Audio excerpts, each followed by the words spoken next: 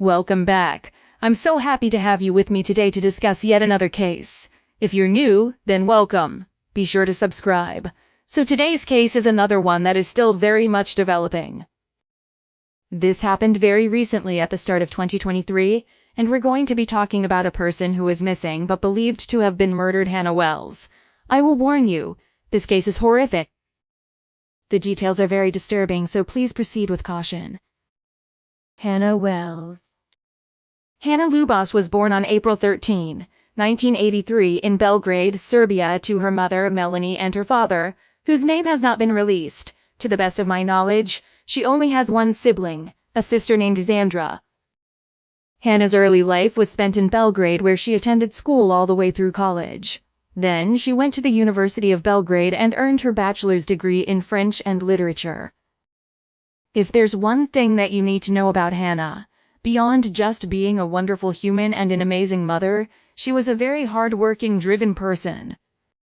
She immigrated to the United States from Serbia in 2005 and really achieved what many would call the American dream.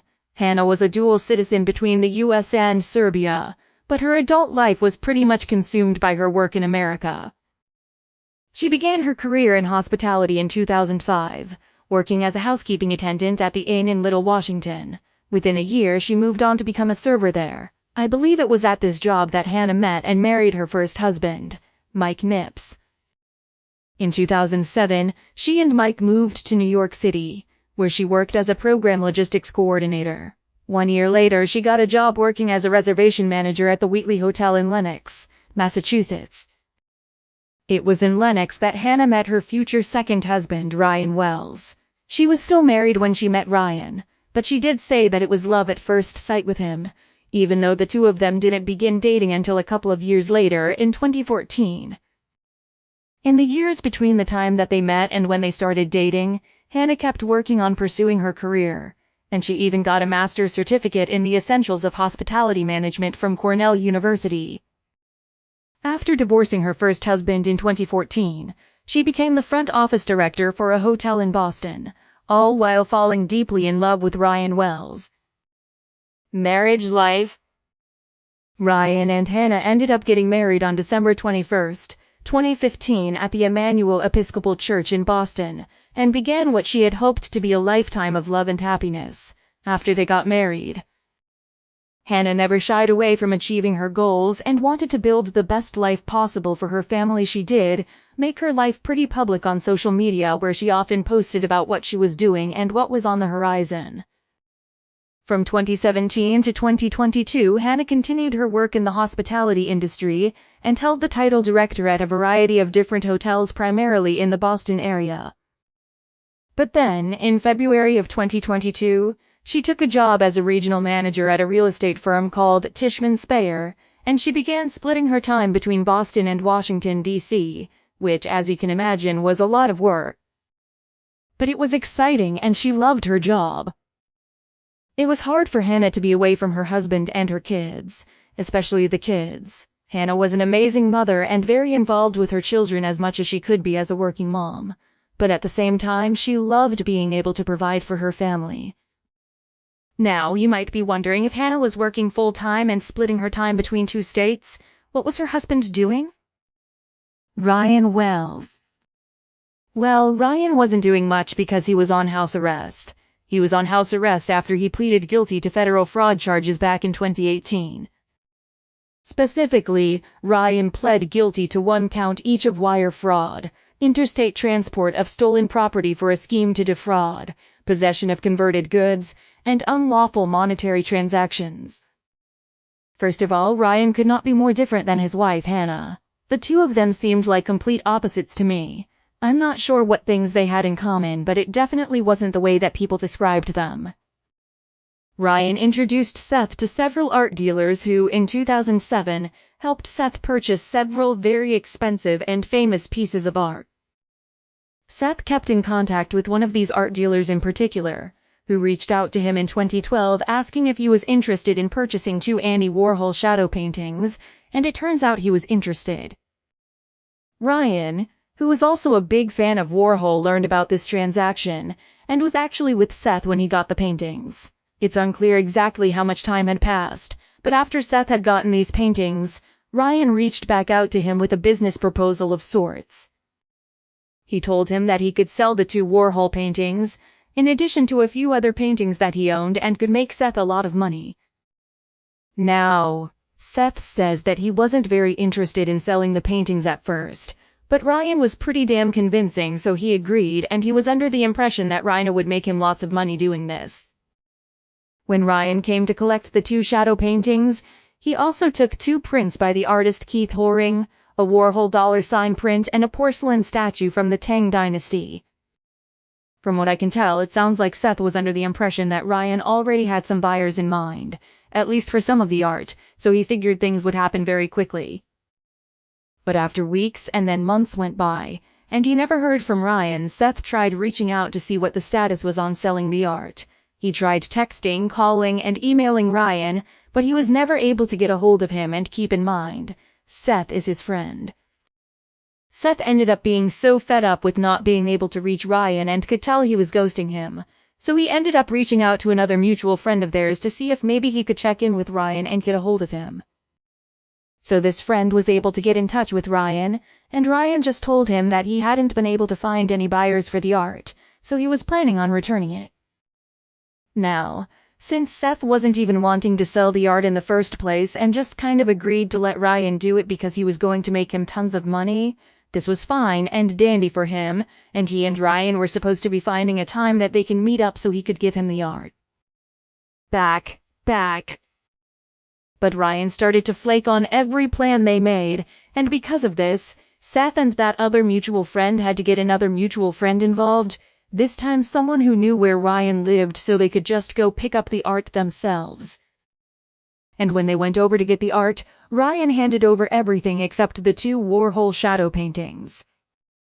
Now, I'm not sure if this friend knew that Ryan was keeping these 2 Warhol paintings or knew exactly what he was supposed to be getting, but it was clear that now Ryan was stealing this art from his friend.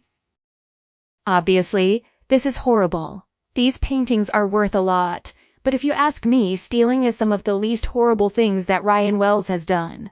Still horrible, of course, but trust me, it gets much worse. So moving on to 2016, an eBay seller with the name and Sally 2012 made a listing for 2 Warhol shadow paintings priced at $100,000 for the pair. In the listing, the seller, who was later determined to be Ryan, as you could probably guess, stated that he overpaid terribly for these pieces back in 2007. After paying $240,000 for the pair, Ryan was using Hannah's name, but even if it was Hannah, she was never charged with anything or accused of being involved in this scheme. They did, however, agree to do the transaction outside of eBay to avoid paying any fees. The buyer signed a contract saying that they had 3 days after the purchase to change their mind about the artwork and return it for a full refund. So, on November 7, 2016, the buyer flew their assistant to Boston to meet up with Ryan and make the exchange. The assistant had a cashier's check for $80,000, and they met with Ryan in a hotel lobby to make the exchange. But before handing over the money, the assistant wanted to do a quick inspection of the art just to make sure everything was as advertised and, most importantly, check that the artwork had that official Warhol Foundation stamp of authentication. And what do you know? They couldn't actually see the stamp because it was behind these large frames that Ryan put the artwork in just to be cautious. The assistant sent the buyer Rob a photo of the art and he said, "Don't worry about it. Go through the transaction and we will check it the following day." Of course, he's under the impression that he has time to make a return for a full refund. And a big old shocker here on November 8th when they took the shadow paintings out of the frame, they saw that there was no stamp of authentication. And not only that, they looked like new canvases and new staples. And upon deeper inspection, Rob was able to see that these paintings did not look exactly like the paintings in the listing on eBay. So, of course, they began taking steps to return the items for a full refund as stated in their contract. But of course, Ryan was on sure you're not shocked to hear that he just ghosted. So, Rob somehow was able to contact Ryan's mother, who immediately replied and basically said she wasn't responsible for what her son did, but that Ryan would be contacting them within a few days to resolve the issue. And another big shocker here, no response after a few days.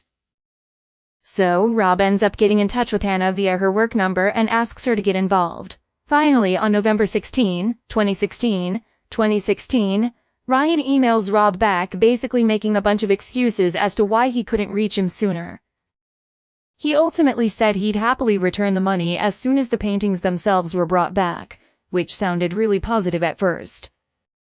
I'm sure Rob was thinking, okay, this took a while, but at least this guy's going to give me my money back without another problem. But sadly, he was very mistaken. Weeks went by and the money still hadn't been returned.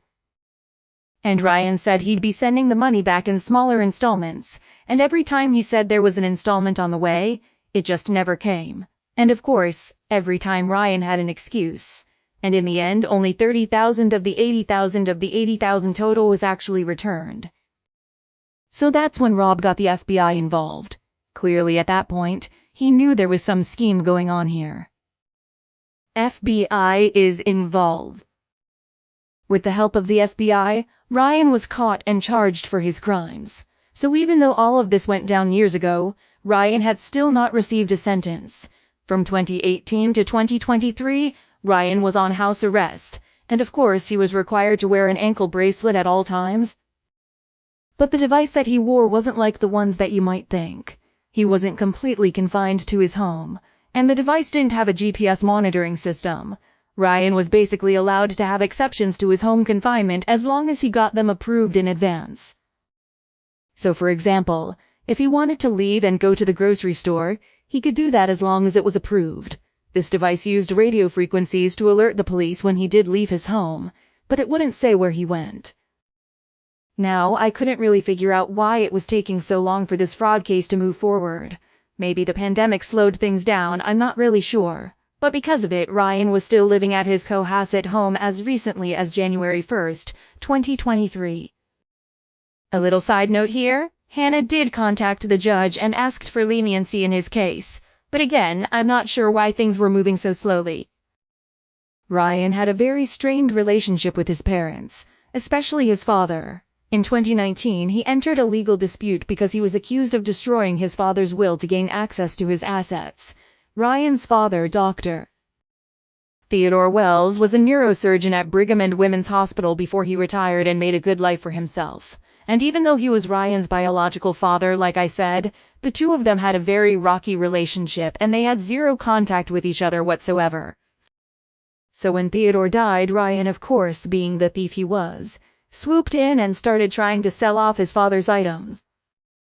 But Theodore's closest friends, two friends of his, wanted to do something to stop this. Of course, these friends named Jack Steen and Phil Tora filed a motion in court to stop Ryan from stealing his father's assets.